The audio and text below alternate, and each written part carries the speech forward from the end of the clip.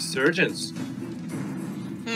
I felt like the main issue was not Uranus in the previous game. Yes, there was that 1v2 that they did actually gave the kill towards the side of Sync, but it definitely wasn't like the biggest thing that they should be concerned of. They could have actually get that Uranus for themselves, but right now RSG has one more ban here, and they're thinking what to actually take out first, because Orange Esports feels like they really want to get back on their feet by taking some of the things that they're really used to, like the Bruno, which was banned on the second phase. But first picking Bruno, not exactly the prize idea, isn't it? Or what's your take on that, Gideon? Well, personally, I think that RSG, they're considering a plethora of options here. I'm not entirely sure, because Farsa is something that they use, but it's something that they use, but it's also something they could ban. The Selena, the exact same thing goes. Natalia, and as well as the butt of every joke has been banned out. So it's smart that Resurgence wants to take advantage of saying, hey, we don't want you to have early game marksmen. Let's get rid of the Bruno. It's flexible. It's not like we have anything that we really need to pinch on from Orange Esports. So Orange decides, you know what? We're going to go for the Kufra. Resurgence, my guess is that they're probably either going to go for either a Cho or a Jawhead and mix in a mage, maybe a Harith, maybe a Farsa of some sort. Oh yeah, and remember in the previous run we've had Tamas being banned away, and with that, Sana has been able to actually secure this pick for himself, which he's very comfortable at. So Faras, do you think this is going to be even better for RSG? I'm not too sure yet, because it seems like Orange is actually getting their hands on some of the comfortable heroes here. So when they actually go for the Kufra, they usually pick it alongside with a Valier, a Leomord, and a Bruno second away. So I'm looking forward to see if they're going to be going for a similar sort of heroes right here. But not sure if Valier and all are going to be useful at this point, because I still don't know what Resurgence is going for. Your team is picking. I mean, honestly, Resurgence is going for a Farsa comp hands down. Like, the moment you show Farsa, everybody knows what you're trying to build up for. So now it's trying to eliminate key components from the Farsa comp to make it less effective. And Orange Esports are deciding, you know what, we're going to go for an all-in composition. A composition where our front lines are going to be trying to break through an impenetrable wall of Resurgence. So again, in very similar fashion, Resurgence respects the composition that Orange Esports is trying to present to them and decides, you know what? If Farsa is not going to be our main damage dealer, we need a secondary to fall onto, and that's going to be LY4's Claude. Claudie boy. And, Claude is going to be super strong, man. Yeah, and I'm looking at these current sort of the picks advance. Kimmy is definitely giving me that sort of a good vibe as well, because we hardly see much of that Kimmy being brought in towards the playoffs at all. And I'm great that Orange Esports is actually considering of that, because with that, the mobility that Kimmy has, they can easily just sprint away from all these Phantom Airstrike or any sort of commotion at all coming in from the Tabas or even the Claude. So it's going to be maybe a little bit trickier for Resurgence to actually catch on Bomb with that pick. Now Atlas as well as Kaja being taken off. Not too sure about that Atlas ban though. What do you feel about this? Personally, I think Kaja was an absolute mistake to ban out, because there's no reason for Orange Esports to go for Kaja at this point of time unless they're going for, you know, a 4-1 comp, which Orange Esports usually prefer not to play. And I think they should have banned out just like Carry instead of the Kaja, because Resurgence was prepping for Grok the entire time. They need a tank, and they need somebody who has wave clear, and Grok fills both of those criteria. Orange Esports, very, very smart with their bans. Getting rid of the Atlas early on, they say, okay, we want to get rid of the option for you to be a team fight composition. And look, they even deviate to a double assassin composition. So they are for sure playing 1-3-1. However, this could be a very big risk Orange Esports is taking here, because remember, Helker and Hayabusa require a lot of gold, and the same can be said to Kimmy. So somebody has to sacrifice their gold a little bit here. Hey, but if you look at it right now, Farsa could be in a lot of danger having all these sorts of assassin lying around. That's true. Wow. Again, it's a very big risk. Oh man, I love this game. The draft in this game is so interesting, man. It is definitely deviated. Is ready. Who will meet Geek Fam in the grand finals as Orange Esports tries to defend their position and RSG just wants revenge?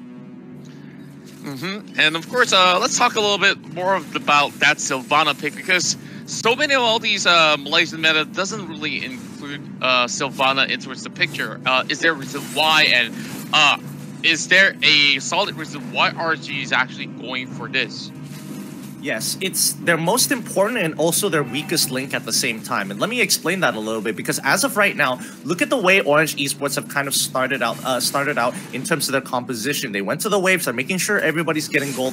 That's A-okay. However, Sylvana isn't exactly the most mobile of heroes, and she is very easily punishable, which Orange Esports have identified. They're gonna dive her right here. Like, what can Sync really do? He already used the invention. He quickly pops out to get the shield. He gets the stun and outplays them single-handedly. This might just give them the lead that they've been looking for. Jason unable to finish off Aaron there as he quickly uses his heal. But Jason, can he actually reach it? No, he cannot. He does not have Flicker. He has Purify. Well played to Resurgence. And to get back onto your main point about Sync playing the Sylvana, they just lack, because this is a Farsa comp, they're playing defensively. However, they lacked Engage, and that's where Sync comes in. Yeah, and Sync just saved the best for last, and he just repassed some of those hits. And look at Zana here. What? Oh my goodness, he's turning it around! And that's a double kill going in favor of his Monsieur. What a big play coming in from Resurgence 2 times in a row. And Orange Esports Reborn once again on the back foot. Come on, Orange Esports, you have to remember the battle spells every time. And now the top lane is going to be a little bit of trouble here as the rotations from RSG, making sure that they keep Sync safe, because he is going to be so weak until he hits level 4. And now that he's hit level 4, this is going to pose an immediate threat to Orange Esports, because remember, Resurgence, their mid lane, is going to be playing 3 members, Jason, LY4, and KZP. They're going to control the mid lane, rotate to top side, get priority for top side before looking to make a play with Sync's major ultimate. The moment he catches more than 2 people, here we go, 1 person already falling into the Venus flytrap. They secure the kill onto Chaku. Oh no, right now might just be that sort of the first opportunity for Orange Esports to fend off against Santa, but you see 3 members are being sent right down below to hunt him out, but all they can do is possibly farm up while looking to slowly get some of all these assassins pretty much online. But, you know, maybe, just maybe, Orange Esports can slowly turn things around in the late game if they can actually outlast this sort of commotion that's happening here. But my goodness, 5 kills already in the bag. But now Orange Esports still tries to reply bomb in the middle of it all. This will be a killing spree going over on towards Santa, while Aaron, getting stuck right there, will fall down. That is so unfortunate. It looks like Orange Esports aren't able to adapt on the fly. They couldn't make a decision on where to engage, because you can see that Jason was so completely out of position. Yet you can see the hesitation, the 0.5 seconds of hesitation of, do I jump on Jason? He could easily fly away, or am I looking to kind of stop the engagement coming in from KZP as well as Sync? They could not decide, and in that 0.5 seconds, they just got hella punished. And I think there's going to be a little bit more punishments to come. Sync just simply hops over the wall and towards safety, while Jason will be holding on towards the mid lane for now. A little bit of that big rotation up towards the top side here. So I'm thinking that Orange Esports Reborn finally notices that, of course, they have to actually punish the weak lane. So whether or not is Sync ready, we have to wait and see what's going up to the top side. Not against 4 people. 4 people it's tough, but now Silo is going to get responded here. KZP predicted the chemical refinement as well as the flicker, catching him off, holding his wild charge until it mattered the most. They're going to be trading objectives here. And honestly, Orange Esports need to find some kind of profit, because if they trade 1 for 1 every single time, Resurgence is still going to be ahead of the game. And right now, speaking of being ahead, we have about 3k gold that's favoring the side of Resurgence, while KZP walks right in, and he will be able to actually wall charge and towards bomb. Of course, that's going to be blazing the way being opened up. Chapu is going to be able to possibly last for only a couple of seconds before he falls to the hands of LY4. But oh my! How did Mel just got popped right there? Well, Mom, once again, right in the middle. He's off position. This is a free kill for Resurgence.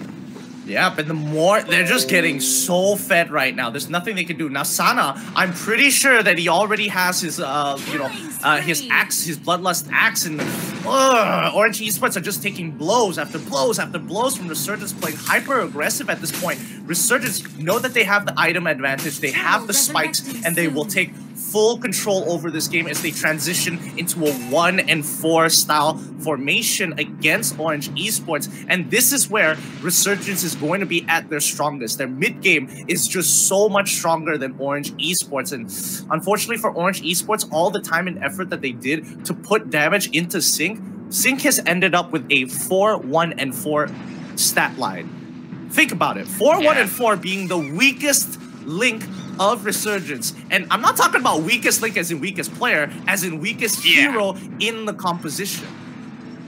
And it's not looking anywhere that weak anyways. Like, he could still do that 1v2 if, of course, the circumstances permit. And as it scales, I'm looking at the side of Resurgence actually having Sana here, who has not only dominated the lane, but had that really big hit start of that double kill that he's gotten.